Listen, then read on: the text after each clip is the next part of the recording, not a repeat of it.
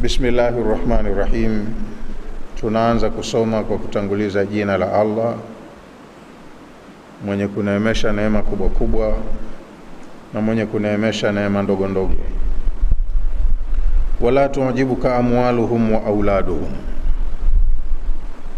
wala usivutiwe na mali zao na watoto wao.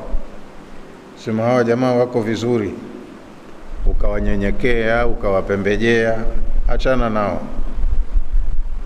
La tastahsin ma an'amna bihi alaihim, usivutiwe na neema tulizowaneemesha nazo, minal amwali wal auladi, kama mali na watoto.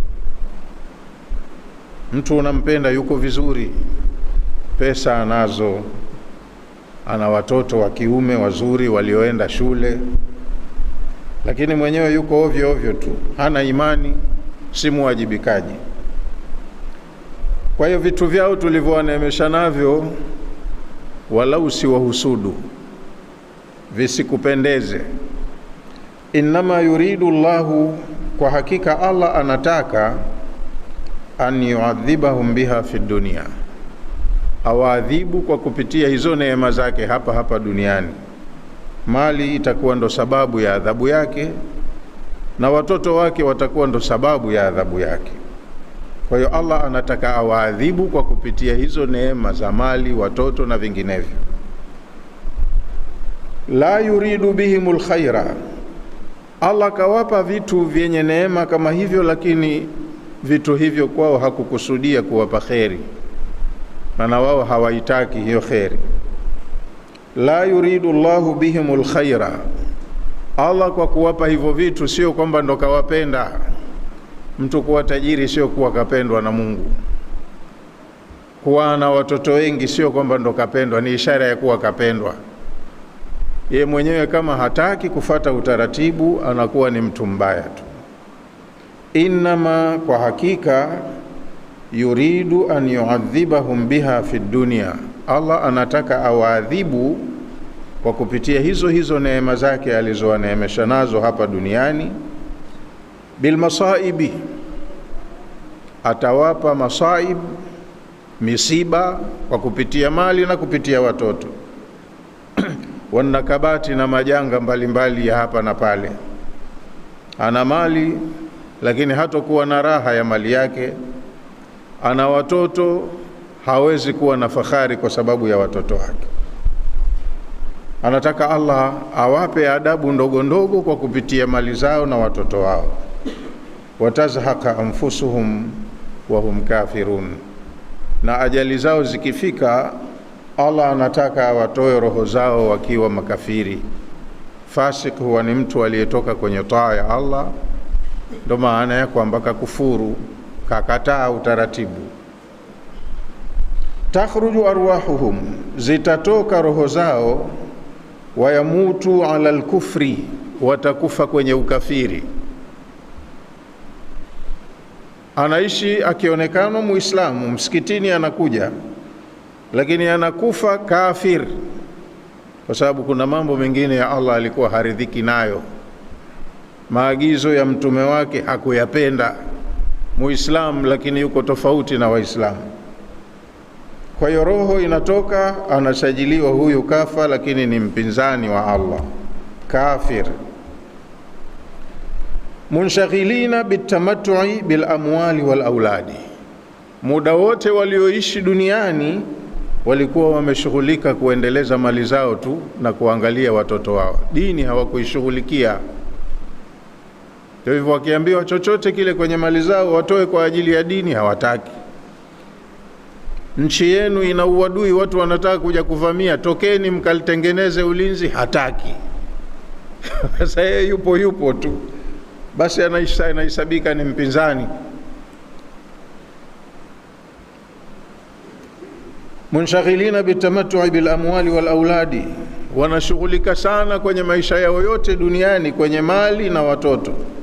Anin nadhari watadabburi fil awaqibi, hawataki kutumia time yao kuzingatia mwisho wa hizi mali na watoto wetu, tunaenda wapi, itakuwa vipi. Hawazingatii akhira wako katika kujenga dunia yao tu. Ukifika mwisho wa dunia, dunia inawakataa na akhera wanakwenda hawakuandaa chochote. Wa idha unzilat suratun, na ikiteremshwa sura ya Qur'an, mtume akiletewa maagizo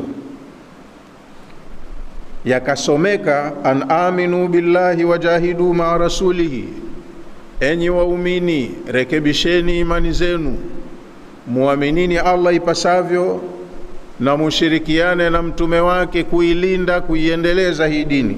Maagizo kama hayo yakija kwenye Qur'ani, wao wanakuwa wanayakataa, wanayakimbia.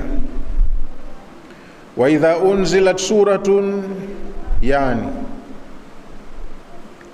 maana yake at-tankiru litafkhimi. Hiyo tankir kwenye sura, idha unzilat suratun, tankiri ni nakira, ni jina limalizwa na tanwini. Sura yoyote ile kwenye Qur'ani ikiteremka, yani idha unzilat suratun jalilatun, jalilatu sha'ni, ikiteremka sura ile yenye maamuzi mazito, mipango mikubwa iliyotukuka ya Allah, sura inayohitaji waumini wawajibike, ndo maana yake. Wanataka wawepo tu, wasiwajibishwe kwenye lolote, wasiambiwe kitu, wasikatazwe kitu, wao wafanye mambo yao tu kama wamejileta wenyewe vile. Sasa sura ikija na maagizo, mfano wa maagizo hayo, an aminu billahi wajahidu ma'a rasuli, wanaagizwa waumini rekebisheni imani zenu upande wa Allah, muaminini Allah, nafanyeni juhudi ya dini, kuilinda hii dini pamoja na mtume wenu. Mtume wenu anajitahidi na nyinyi mshirikiane naye kwenye jitihada hizo. Aya kama hizi zikishuka kwao inakuwa ni mzigo, yani wanaambiwa an aminu billahi wajahidu ma rasulihi, bi an aminu billahi bitasdiqin wa yaqinin, muaminieni Allah kwenye maagizo aliyowapa kwa kuyafanyia kazi na nyoyoni mkiwa mna yaqini, mukubali kutoka kwenye nyoyo zenu. Wajahidu ma'a rasuli, na mshirikiane pamoja na mtume kufanya jihadi, linusrati alhaqi, kwa ajili ya kuinusuru hii haki. Dini mnaona ina maadui, wanaipiga vita, wanataka ifutike kabisa. Nyinyi mupambane, muilinde hii dini, ili lengo la kuletwa hii dini liwe limepatikana. Wa izazi dini, mnatakiwa dini muipe nguvu, iwe ndio inayotawala maisha ya watu. Kwa hiyo juhudi ya dini mpaka dini iingie kwenye maisha ya kawaida ya watu ndiyo lengo. Kwa hiyo shirikianeni na mtume kufikia hilo lengo. Aya zinakuja na uwajibikaji. Zikija aya kama hizi, ista'dhanaka ulutawli minhum, wanakuja kukuomba ruhusa wale wenye uwezo miongoni mwao. Ya Rasulullah, kumekuja agizo, lakini mimi nina udhuru, kwa hisani yako naomba uridhie nibaki na matatizo 1 2 3. Uongo mtupu anasema. Ista'dhanaka, wanakuja kukuomba ruhusa, ulutawli minhum, wale wenye uwezo. Mtu mzima na nguvu yake, ana uwezo wa kushika silaha kwenye maidani akafanya vizuri, mchango wa mali pia anao, na mali ya kutosha, huyu ndo anakuja kuomba ruhusa. Anataka kukwepesha mali yake isitumike na mwenyewe asishiriki.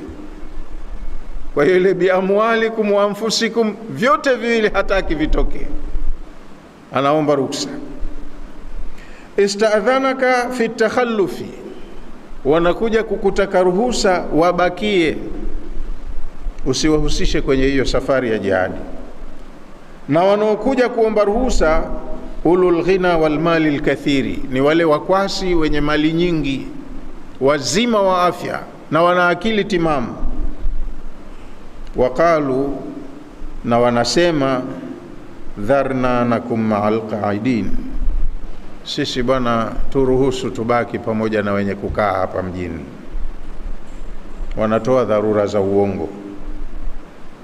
Yaquluna da'na nakum ma'a alladhina lam yakhriju lilghazwi, tunakuomba Mtume, sisi utuache tubaki pamoja na wale ambao wameruhusiwa wasitoke kwenda kupigana, wale wenye dharura, na sisi tujalie ni miongoni mwao. Kwa hiyo na wao wawe kama wanawake tu, au watoto wadogo, au wale walemavu, wagonjwa ambao dharura ya kisheria kwao inakubalika.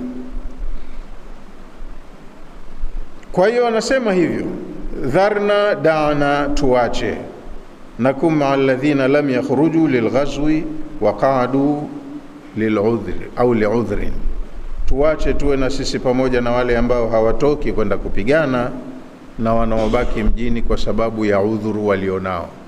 Si tuorodheshe pamoja na wenye udhuru, sasa wao udhuru wao hauonekani. Qala ta'ala takbihan lahum, Allah amesema lugha ya kuwakebehi. Wa dhamman, na anawaumbua, anawalaumu, kwa sababu dharura wanazozitoa haziingia akilini.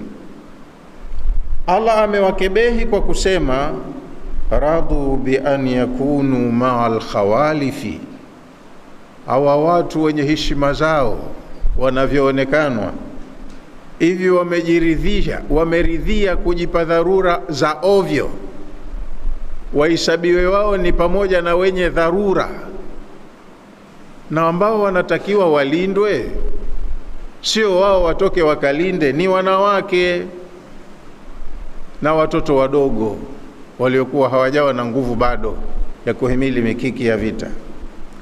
Sasa wao wanataka wekwe kwenye listi ya watu wa aina hizi, wanawake, watoto, walemavu, wagonjwa, ndo wameridhia wawekwe kwenye makundi haya. Radu bi an yakunu ma'al khawalifi, watu wazima na mali zao na akili zao wameridhia wabakie kwenye listi ya watu kama hawa walioruhusiwa kubaki.